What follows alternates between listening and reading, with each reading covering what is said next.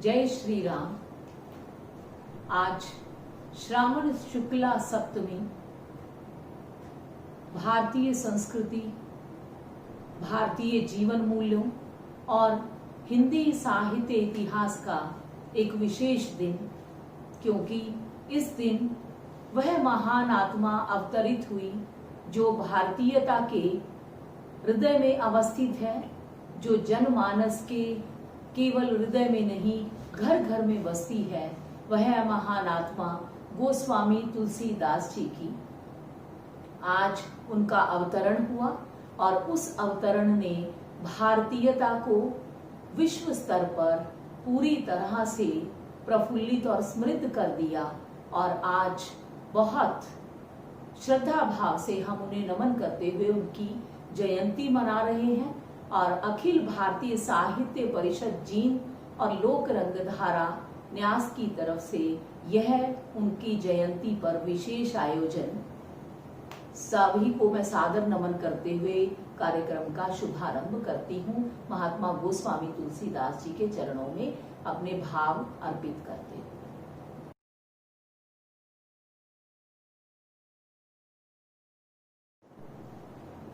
भौतिक अभिप्साओं के युग में चहुं ओर फैली महामारी के संत्रास के बीच आज जहां हमारी बौद्धिक संवेदनाएं भी कहीं कुंठित हो रही हैं, कहीं सीमाबद्ध हो गई हैं, ऐसे में गोस्वामी तुलसीदास जी की रचनाएं हमें त्राण देती हैं।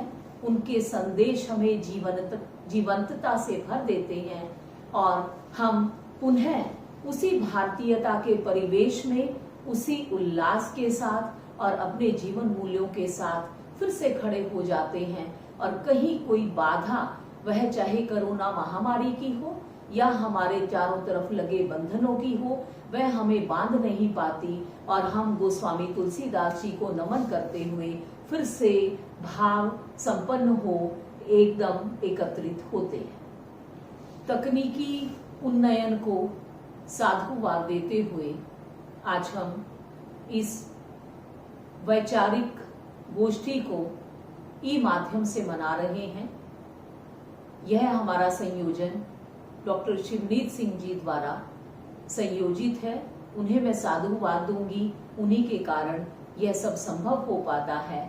और साथ ही हमारे बीच बहुत बार बहुत हार्दिकता से काव्य रचना करने वाला एक नाम, जिसे हम सभी उल्लसित भाव से लेते हैं, अरुण आश्री जी का नाम। और आश्री जी ने विशेष रूप से मुझे कहा कि आप अवश्य ही प्रफुल्लित हो जाएंगी जब मेरे मन के भाव तुलसीदास जी के लिए सुनेंगी। मेरा उनसे निवेदन कि वे अपने हृदय के भाव हम सब तक साझा करें। माननीय अरुण आश्री जी।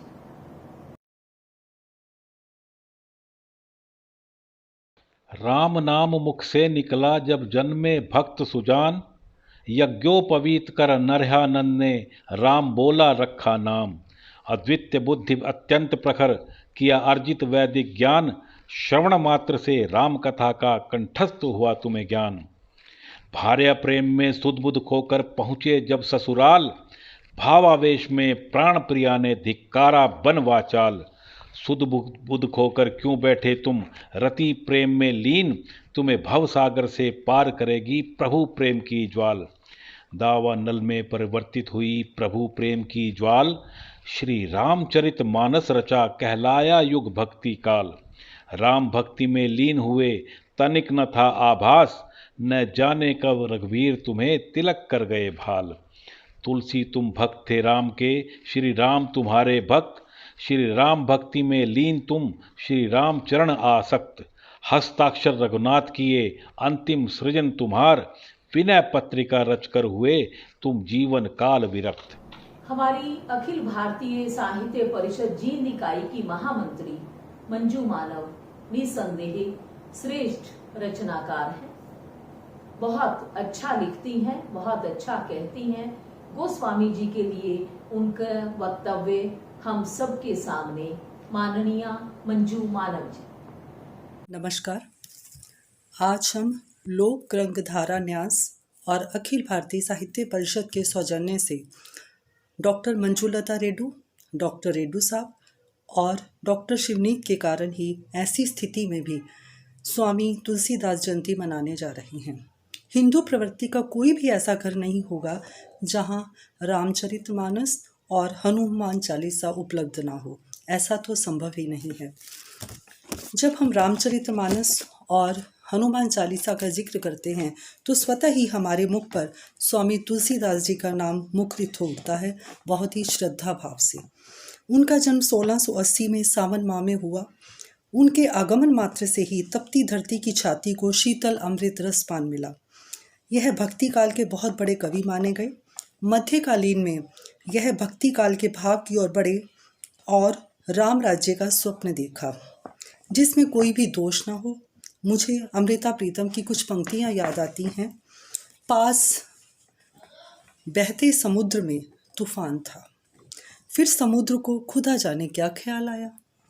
उसने तूफान की एक पोटली सी बांधी और हाथों में थमाई और हंसकर कुछ दूर हो गया। मुझे लगता है तूफान ने वह पोटली स्वामी तुलसीदास जी को भी अवश्य थमाई, जिन्होंने संघर्ष स्वीकार किया और उस पोटली को सहर्ष स्वीकार किया। वह अभावों में संघर्षों को पग पग तय करते हुए रामचरितमानस रचकर उच्च कोटि के रचनाकारों में सम्मिलित हो गए। आज भी प्रत्येक प्राणी राजनीति में भी राम जैसा श्रेष्ठ पुरुष चाहता है और अपने भीतर श्री राम की तरंगों को प्रवाहित कर उसमें डूब जाना चाहता है। शत शत नमन स्वामी तुलसीदास जी को। धन्यवाद।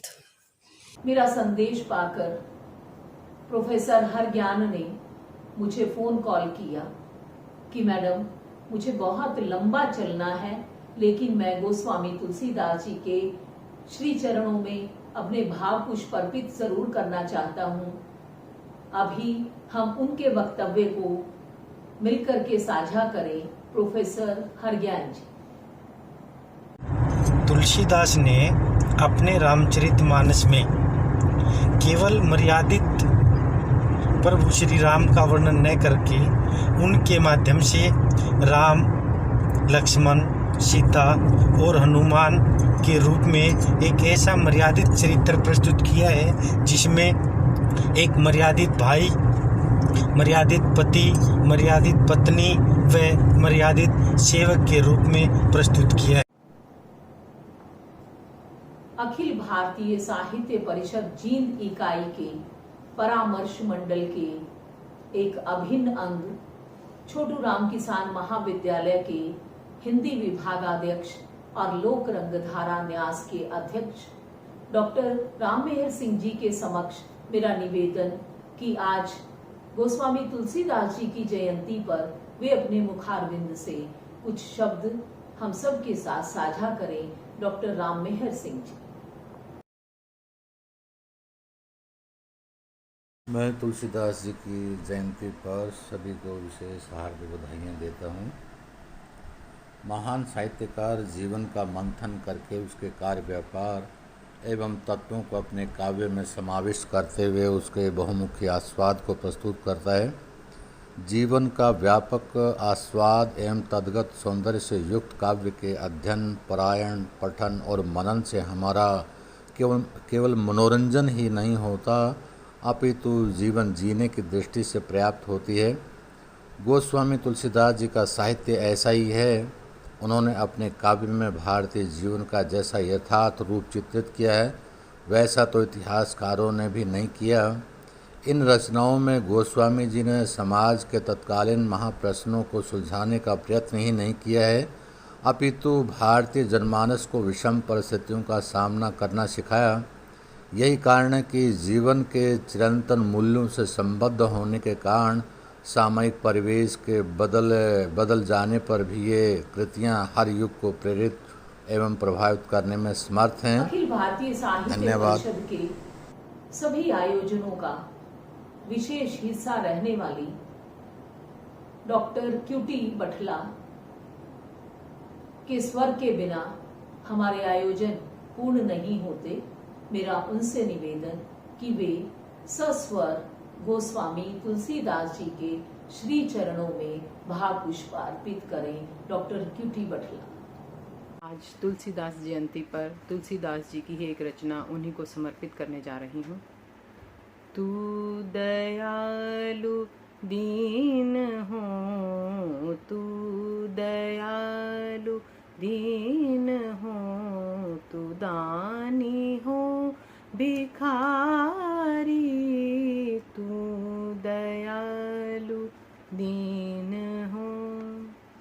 ब्रह्म तू हो, जीव तू है, ठाकुर हो चेरो, तात मात गुरु सखा, तू सब विधि तू मेरो, तू दयालु दीन हो, तू दानी हो भिखारी, तू दयालु दीन हो।